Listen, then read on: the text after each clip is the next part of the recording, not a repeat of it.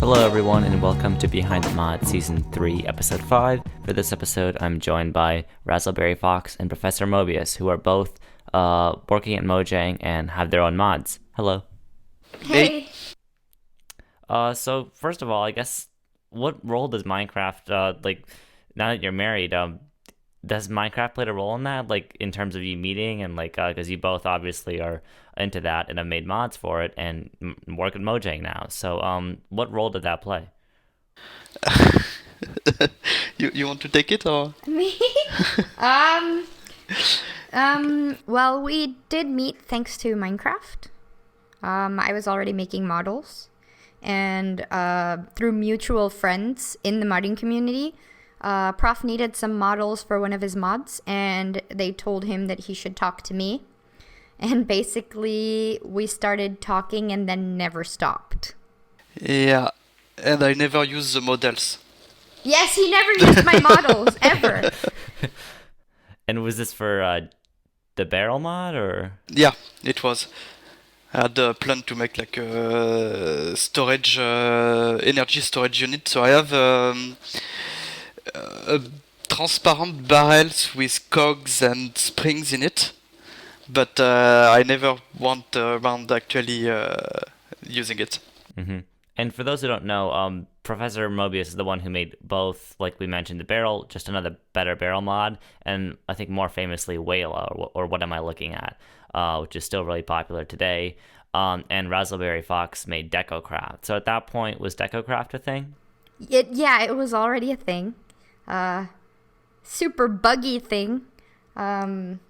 I later convinced Prof to help me fix that and just keep on developing it, and he still works on it to this day, much to his dismay.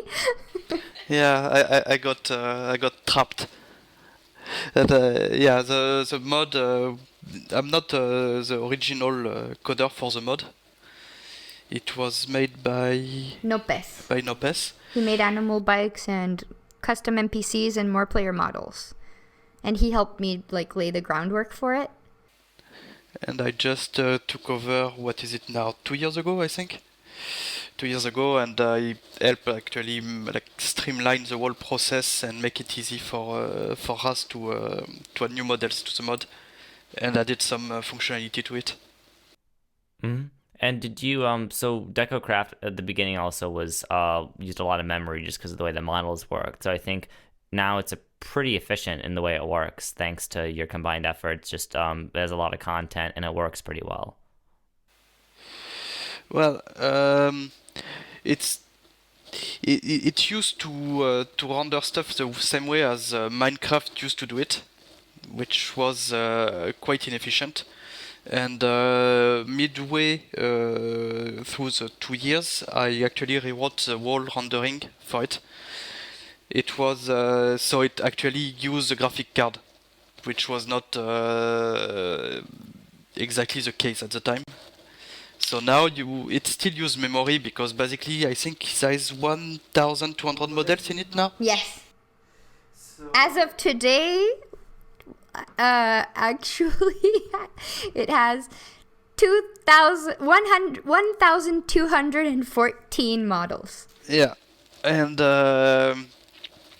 so rendering is not really the problem. It's just that it uses a bit of memory because you have so many content in it, and it's. You have to load the textures. Yeah, and it's a bit long to load because we have we need to load the textures and do some transformation on them and stuff like that. But it's it's way better than it used to be. At some point, I think you couldn't place more than 10 or 20 models in the field of view before the game was going to to lag and being nearly unplayable. Yeah, and I think it's also better now because you need more RAM for Minecraft anyways, so Decocraft doesn't really have as big of an impact on that.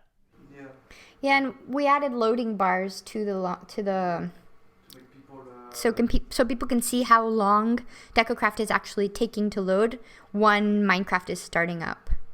In any case, Prof had some plans to check if we could lower the memory usage even more. So that should be a thing soon, hopefully. Yeah, that's pretty impressive. And both, so Decocraft is obviously still being worked on, and is WAILA still being worked on? I'm keeping it updated to the latest version for now because I don't have that much free time.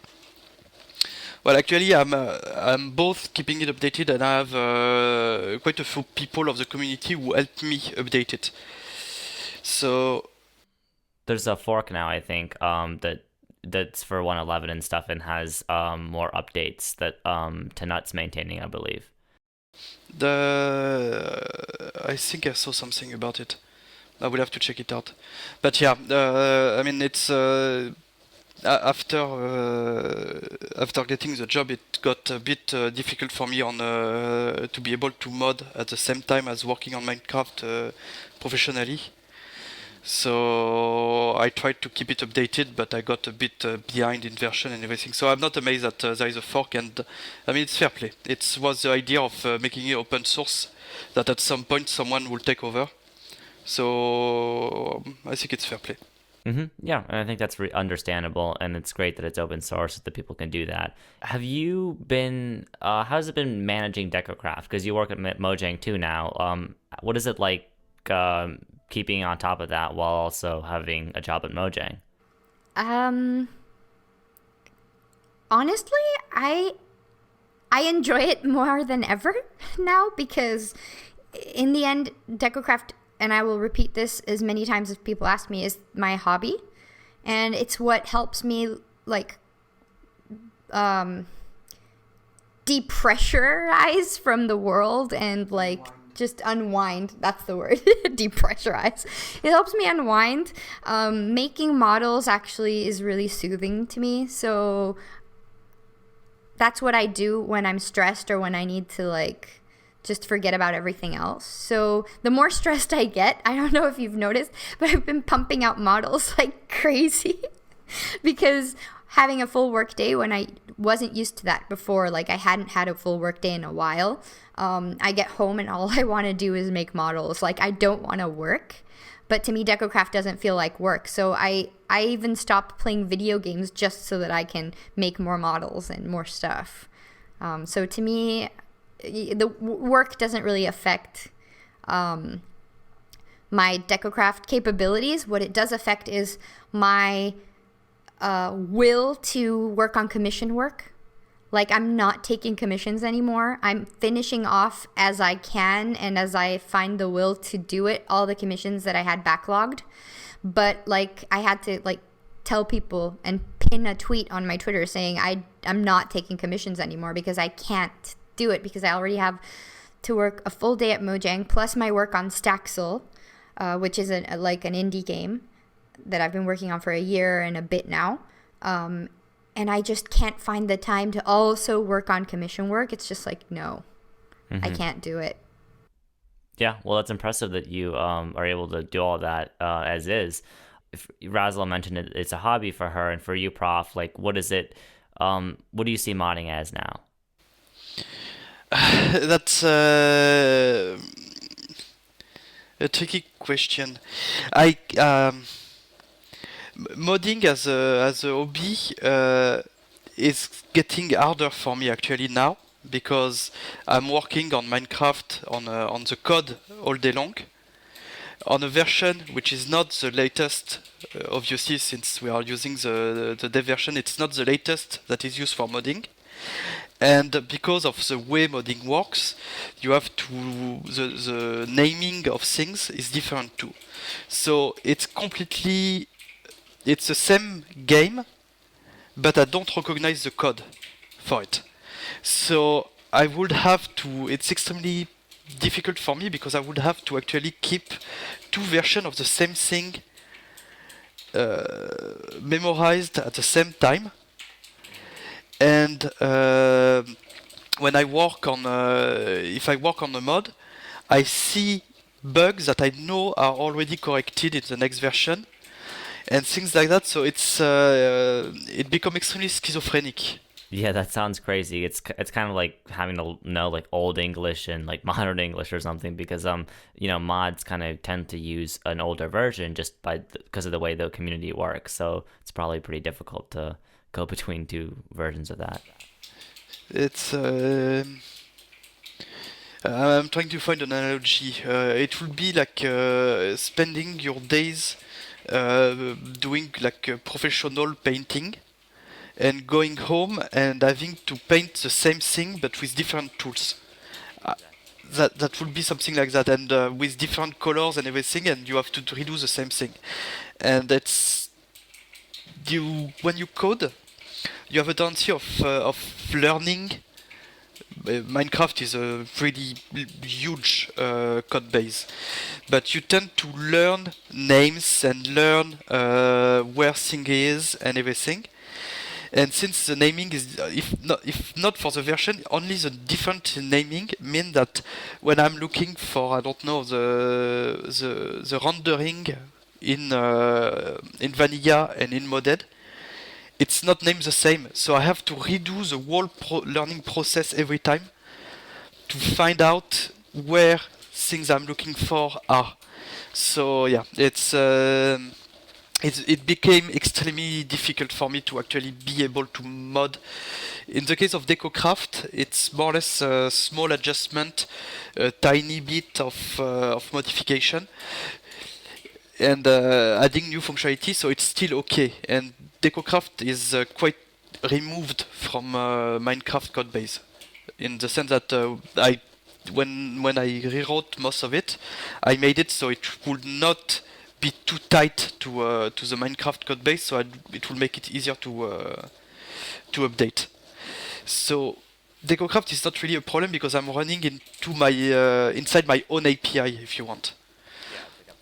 Yeah, but in the case of, for example, WAILA is touching directly the internals of Minecraft, so everything changes every version. And OPIS, for example, OPIS is stuck in 1.7.10 because I would have to rewrite it from scratch, basically, because it's even more tied to the internals. So yeah, it's things I planned on doing at some point, like update everything and all that. But I don't find the time, and it will take me basically a full vacation to get up to speed on what is going on in Minecraft, in modding, and also with the new version of Forge, they are introducing new APIs, new way of doing things that I have to relearn for the new version. So it's yeah. When you get out of modding, it gets extremely complicated to get back in because you just remember the old stuff. Yeah. And for both of you, now working at Mojang, how do you end up there, and what do you do? Well, I'm actually coding vanilla. I'm part of the Java team, so I'm producing the update that everyone ate in the modding community. So do you like do the lower level code stuff like for the back end? Depends. I usually do backend, but from time to time I also code new features. Of interest, I made skin can have a transparent second layer, which was not the case before. So you can have actually now proper glasses on a model. Nice. And I also did the shulker box from the last version. So it's basically a chest that keeps its content when you break it. Yeah, the shulker box I think was really popular for people, and because we've seen stuff like that in mods before, but I think people get really excited when they saw it in the base game, because it was that kind of like backpack or storage functionality that they could take with them. Yeah, and it can also do a bit more because you can pop it out of the like you can make it drop with a piston and place it with dispenser. So you end up having something that like you can use to carry around items via hopper and everything in vanilla. So it was quite a change. Mm-hmm. And Razzle, what do you do at Mojang now? I'm a 3D artist and animator, but I'm not really allowed to go into much detail of what I'm doing, sadly. Not yet. You'll find out eventually. Just I can't really tell. But what I can say is that no, I'm not working on Minecraft. I just work at Mojang. Oh, okay. I did not know that. That's interesting. Huh. Well, that sounds interesting. But so yeah, we talked about balancing the job and ending up at Mojang. Since you do both work at Mojang, do you think that's like changed the way that you see like Minecraft as a game generally? Like just the base game. Do you play it anymore? How do you see it from that perspective now? Well, I actually play Minecraft all the time. Even if just to like build stuff or run around, it really hasn't changed my perception of the game. It has changed my perception of Mojang and Microsoft, I guess. Because being on the inside, you realize a lot of stuff. But that doesn't change my love for the game or anything. It's just you understand more where people are coming from when you're inside. Mm-hmm. And specifically, like with the Microsoft and the way it's run, how do you see things differently? Just well, Mojang is not a small indie anymore. You know, it's being absorbed into a completely different what is it, company, like how do you explain it? Process, I guess, work process. Work process, vision, mission, you know, all those like technical stuff that you get absorbed into another company's corporate structure. So Mojang is no longer just Mojang. No, it's got its own small corporate culture, like its own culture inside of Mojang, but it also has to adapt to a bigger culture, which is the Microsoft culture. It's not its own thing anymore. Mm-hmm. And with what you can say, how do you think that's like? Do you think that there is like the Java version? How much precedence does that take in Mojang? Like, what is the kind of what are the main things that are being focused on that you can talk about? What do you mean? Like, as in like the Windows 10 version, Java version. Like, where do things stand in that sense? Well, the Java version is still there, and it's still actively developed, and it's still in-house. So it's purely Mojang working on it, and actually the team is growing. We went from when I joined only I think we were 3 or 4, and now we are 6 working on it, 6, 7. So it's actually it's not ditched on the side. It's actually actively developed. So and it's actively developed by Mojang. And is that So and like the update process, has that been? It looks like it's been accelerated since like 1.8, just from the pace of updates. Does that have to do with what you mentioned, more people working on it, or just like creatively, there's more ideas? Why are there more updates being released? it's okay. So first of all, we got more people. We can have multiple people working on backend together, so it makes it easier to actually produce more content and better content, because you can actually have done time to think on what you want to do and how you want to do it. You don't have to rush it or anything. So I think it was for 1.8. It took 1 year and a half to release it, if I remember correctly. Or it was 1.9. One of the 1.9 or 1.8 or 1.9 took 1 year and a half to be released. And basically, it got decided that we will try to release biannually. And with more people, it's doable. we still need to have a certain amount of content to be able to release. But since we have more people, we can actually reach this kind of thing, and we are putting a bit more.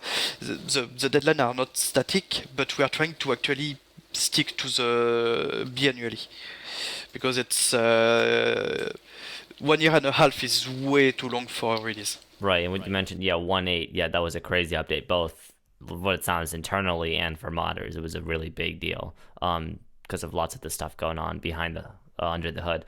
You used to work on MCP, which is what the entire modded community is basically founded on, and now you're working on the code of the game. What do you think about the direction Forge and MCP are headed? Well, MCP is a backend, so I mean, and it's still updated slightly by Sarge, and the current naming convention. I think the only thing which is still used by Forge from MCP is the names. And it's from a boat I put together when we started, and now I think it's handled by briefcase speaker. So this part MCP is there by name mostly, but I don't think they are using any code out of it besides the boat now. For Forge, they are turning more and more towards being an API, which I think is a good thing.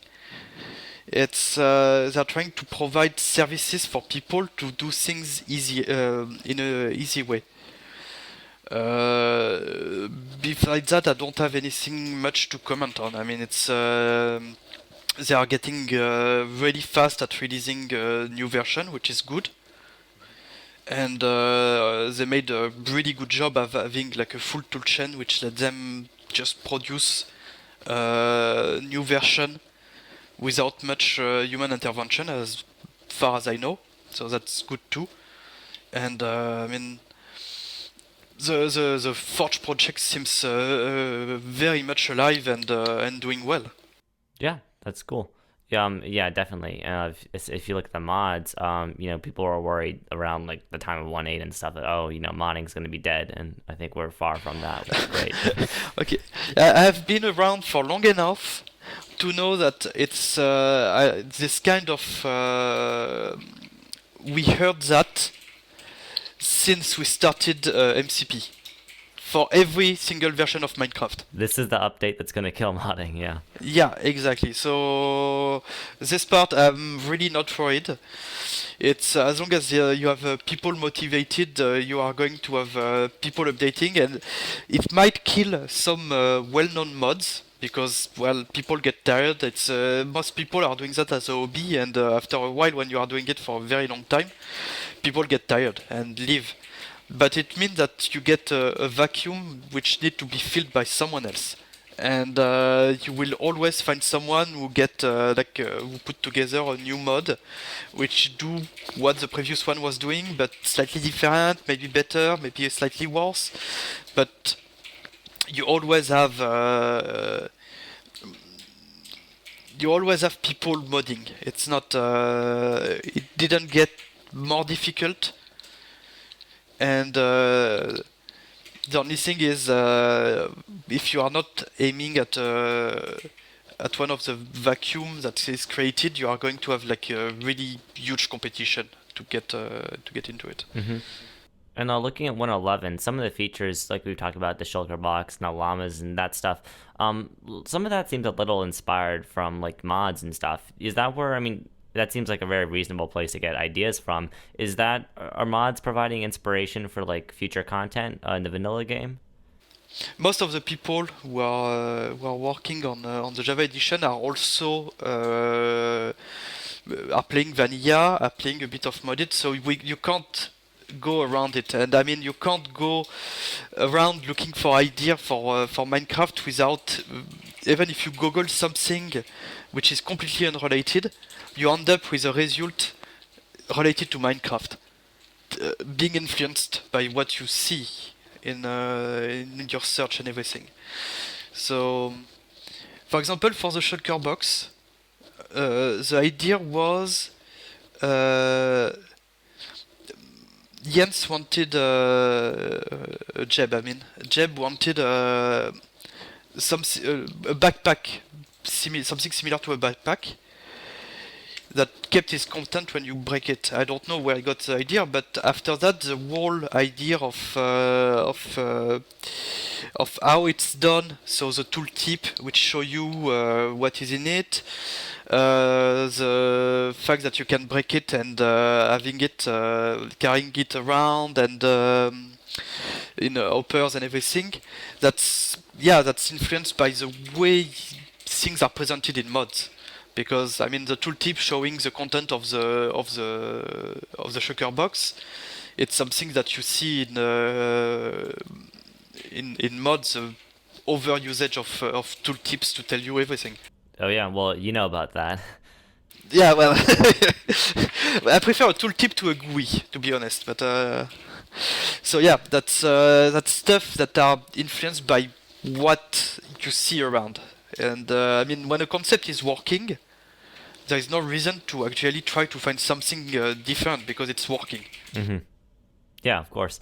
And going back to Decocraft, Raz, you started making videos on YouTube, and I think your first one was a Decocraft tutorial, or the first part of one. What made you decide to start to get into YouTube and doing Minecraft stuff, like with their mods? Okay, so people have been asking me to do this for like a year, or I don't even know how long anymore. They wanted me to do like tutorials on Decocraft, like showcases on every time I add new stuff, to showcase it using YouTube, not just like my Twitter. So I decided, okay, why not?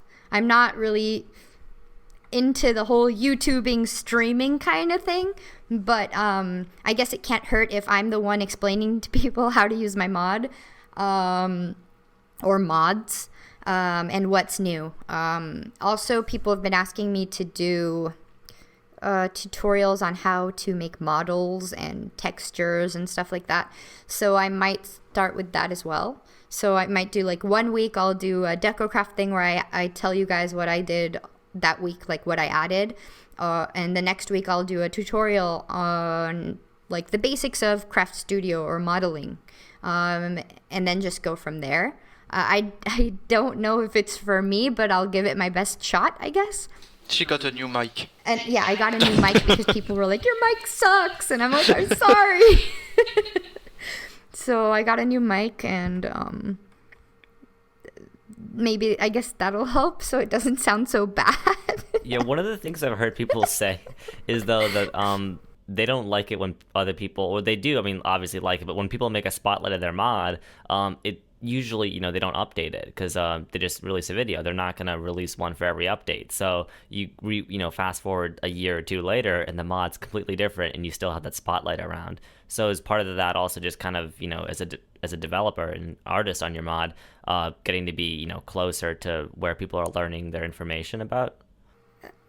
I hopefully am not going to make major changes in Decocraft to the point where the spotlight that I made is not going to be valid anymore. I have no intentions of changing the crafting system or any of the rules for the basic tutorial that I put out. If I finally found something that worked. The other systems I had in place were so bad. But yeah. But like showing, for example, new models and new dev updates, that's a thing that you, I think, you mentioned doing. I think that's a cool idea because, you always add new models and stuff to Decocraft. So I think it's also a cool way to show that off. Yeah, of course. Like for my next video, probably I'm going to explain the types of models that we have that actually work. Because some people are like, oh, I didn't know that did that. And I'm like, yeah, I suck at putting change logs and stuff in. So probably for this week's, which I should be recording tonight or something at some point, it's going to be like, we have lighting blocks. This is how they work. We have jukeboxes. This is how they work. We have things that if you right-click them will emit sounds. These are those things. You can use this chair. This is how you do this. And like these are all the models that you can color. I guess that'll be my video for this week. But yeah, keeping up to date with everything that I'm producing would be important. Like I don't know if people are still doing spotlights on Decocraft. I don't think so. And there's a lot of things that they might have missed, so I said, well, I'll just be the one to do it then. I still remember some spotlight on Decocraft that was showing all the models and the various category and everything.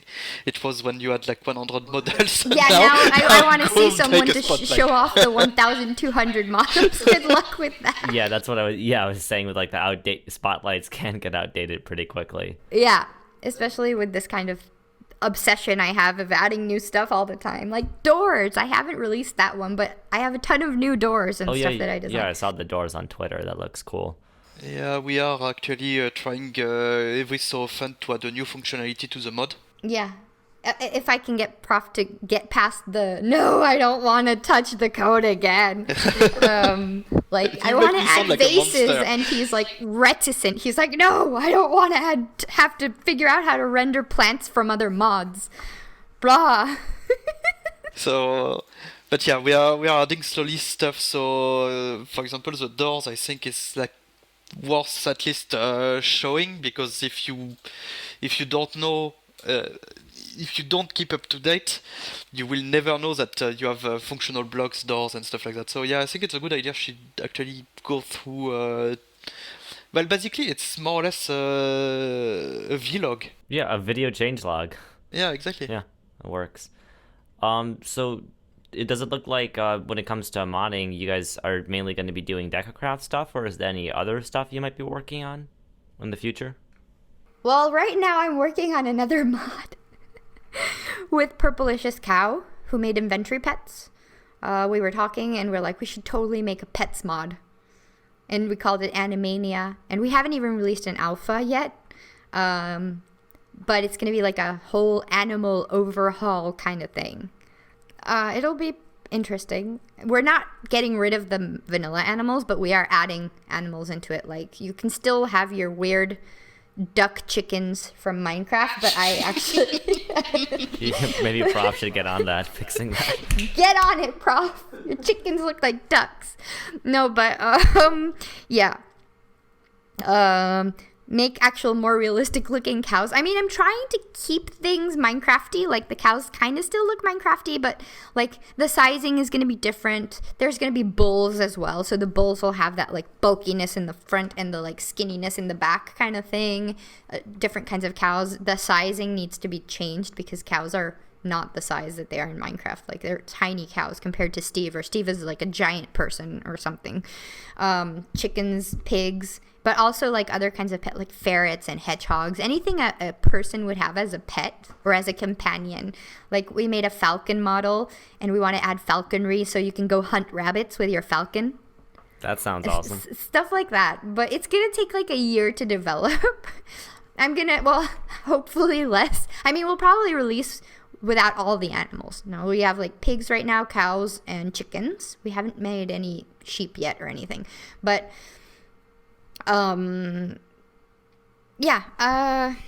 hopefully we can make a more realistic animal husbandry kind of stuff with it. Yeah, that sounds awesome. And I really like the idea of hunting with the falcons or the eagles. That's cool. Yeah. And when it comes to what you can't say about Minecraft Java version, any stuff that you can say, like coming to that, or any just general ideas about like the kind of content and the kind of things that are going to be added to it in the near future? No, I can't comment on that actually. Okay. Will there be a 112? There will be 112, 113, 114. Yeah, exactly. There are going to be more versions in the infinity. near future. No, I can't comment on in progress feature before the first snapshot. Mostly because they like it to be a surprise, and also having hype will also disappoint people. Because they might think, oh my god, this, and no, it wasn't like they expected it to be. So it's better not to hype. We don't want to make the same mistakes No Man's Sky made. Whoa.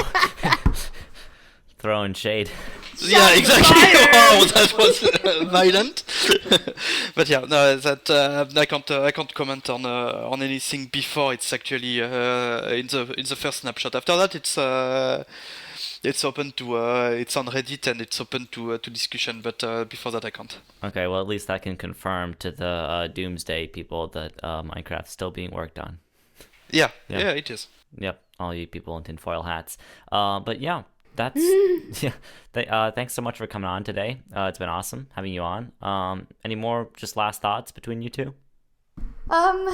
Thank you for having us. Thank you. Again, I hope we didn't bore you guys too much. No, this will be edited so well, people will just be on the edge of their seats. Awesome. And the next time.